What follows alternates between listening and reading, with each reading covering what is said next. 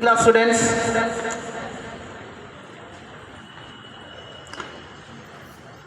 you regular to classes, take maximum advantage from the school to build your career. Do not indulge in social elements. Your goal is career building. Your approach should be only achieving your goal. Nothing is permanent in the world. Today the SS students are leaving the school after 3 years, some of 5 years, some of 10 years, some of 7 years. During this period, you might have committed certain mistakes. If your behavior disturbs the hearts of the teachers or the management, you beg to excuse them, forget your mischievous things. You are not our students. You would like to be adult students of this school. Wherever you go to, your established symbol of Bharat High School. And again I will tell you that before I conclude my speech, I would like to remind you a great personality who inspires everyone, motivates his words.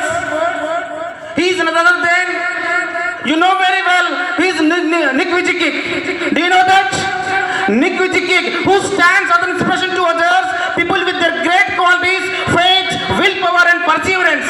Even though he is a disabled person, his disability has not stopped them from doing what he has wanted to do.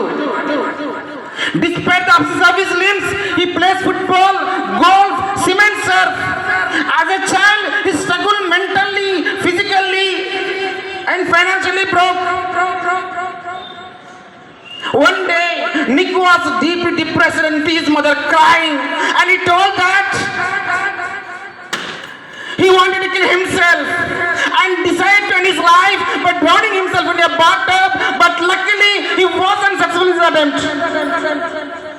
When Nick was 13, he was inspired when he read about a disabled man who had made such great things and helped others.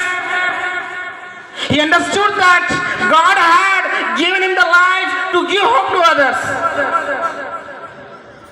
And he believes that challenges strengthen through opinion with the help of religious friends and family. అలాంటి challenges అనేది మనకు ఉండాలి.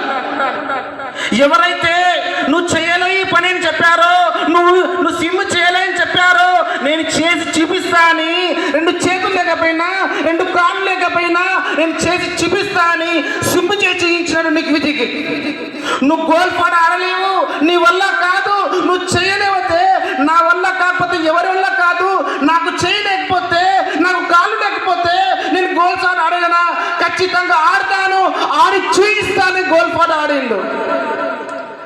నువ్వేరే మాటలు కూడా రావట్లేవు నీకు, ఎందుకు stammering ఉంది, నువ్వు మాటలు మాట్లాడలేవు, నువ్వు జీవితంలో పైకి ఎదగలేవు అని చెప్తే ఎవరైతే చెప్పారో నాకు మాటలు రావు కదా అని గొప్ప మోటివేషన్ స్పీకర్ అయి చేయించాడు.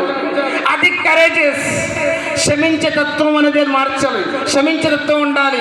ఇంతకుముందు నేను చెప్పా, కష్టపడే తత్వమే రావాలి మనకు. కష్టపడే తత్వం ఏర్కుంటుంది, పర్ఫెక్ట్నెస్ ఉంటుంది. ఈగల్ గురించి చెప్పాను ఒకటి. ఈగల్ గురించి, ఈగలు కంటే ఆ పక్షుల రాజు ఎవరంటే, జంతువుల రాజు ఎవరంటే మనం టైగర్ ఎలా చెప్తామో, పక్షుల రాజు ఎవరంటే మన ఈగల్ పేరు చెప్తాం. ఈగల్ యొక్క జీవితకాలం ఎంత? 70 సంవత్సరాలు. కానీ పక్షులు అతి ఎక్కువ కాలం జీవించేది ఈగలే. అయినా కూడా తనకి 40 సంవత్సరాల తర్వాత పెద్ద అవరోధాన్ని ఎదుర్కోవస్తుంది.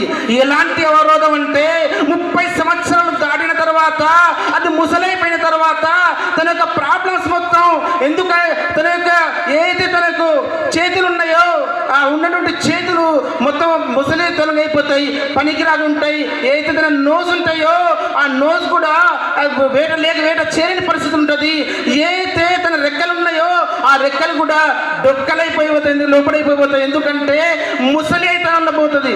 కానీ ఆ 30 నుంచి 40 సంవత్సరాల మధ్యలో అది ఏం ఆలోచిస్తుంది అంటే, నేను బతకాలి, నేను చావకూడదు, బతకావాలి.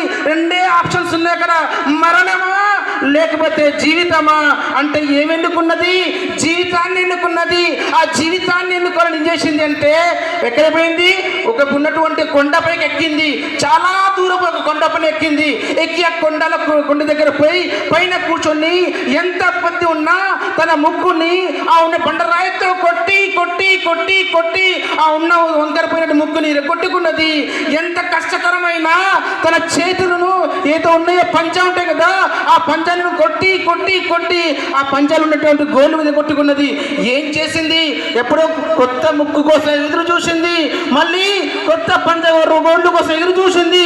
ఎప్పుడైతే ఈ ప్రక్రియ 150 రోజుల ప్రక్రియ అహర్నిశలు కృషి చేసి 5 నెలలు కృషి చేసి ఎప్పుడైతే కొత్త పంజా వచ్చినదో, కొత్త ముక్కు వచ్చినదో, ఆ ముక్కు ఆ పంజతోని తన యొక్క రెక్కలు ఉంటాయి కదా, ఈ ముసలి రెక్కలైతే ఉన్నాయో ఆ ముసలి రెక్కలు ఇడిచి పారేసింది. బయటికి పారేసి కొత్త రెక్కల కోసం చూసింది.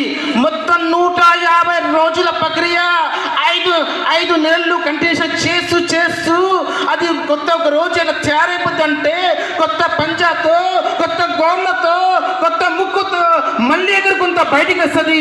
మళ్ళీ అది ఏం చేస్తుంది? వేటాడడానికి మొదలు పెడుతుంది. అక్కడి నుంచి మళ్ళీ 30 సంవత్సరాలు జీవిస్తుంది. తన ముందు ఏముండే? జీవితమా లేకపోతే మరణమా ఉండే? కానీ ఏమించుకున్నది? జీవితం ఎంచుకున్నది. జీవితం ఎంచుకోవాలంటే ఎన్నో మనకు ముందు సమస్యలు వస్తాయి. ఆ సమస్యల్ని మనం అధిగమించుకుపోవాలి. ఏదో సమస్యలు ఉంటాయి, ఆ సమస్యల్ని మనం అధిగమించిపోతుంటేనే మనం మనిషి అని చెప్పొచ్చు. ఎందుకంటే రేపు మనకున్నది 10th క్లాస్ ఉంది. రేపు మనకి 30 రోజుల సమయం ఉంది. ఈ 30 రోజుల సమయం ఎలా ఉంచాలి అంటే ఈ 30 రోజుల సమయం మనం హార్డ్ వర్క్ చేయాలి. ఈ 30 రోజుల సమయం మనకు ఎలా ఉండాలంటే రేపు నేను రాబోయే ఎగ్జామ్స్లో నాకు 600 మార్కులు రావాలని ఒక ఆలోచన ధోరణి ఉండాలి. రేపు ఎగ్జామ్స్లో మనం పర్ఫెక్ట్ చదవాలని ఉండాలి. ఎవరైతే కష్టపడతారో ఖచ్చితంగా ఎన్ని ఉన్నాయి కొత్త వాటిని మన పాత వాటిని తొలగించి కొత్తగా ముందుకు వెళ్ళాలి. అలాంటి ప్రతి ఒక్కరు ఉండాలి. ఇప్పటికే మన టైం 1 hour టైం అయిపోయింది. Thank you very much.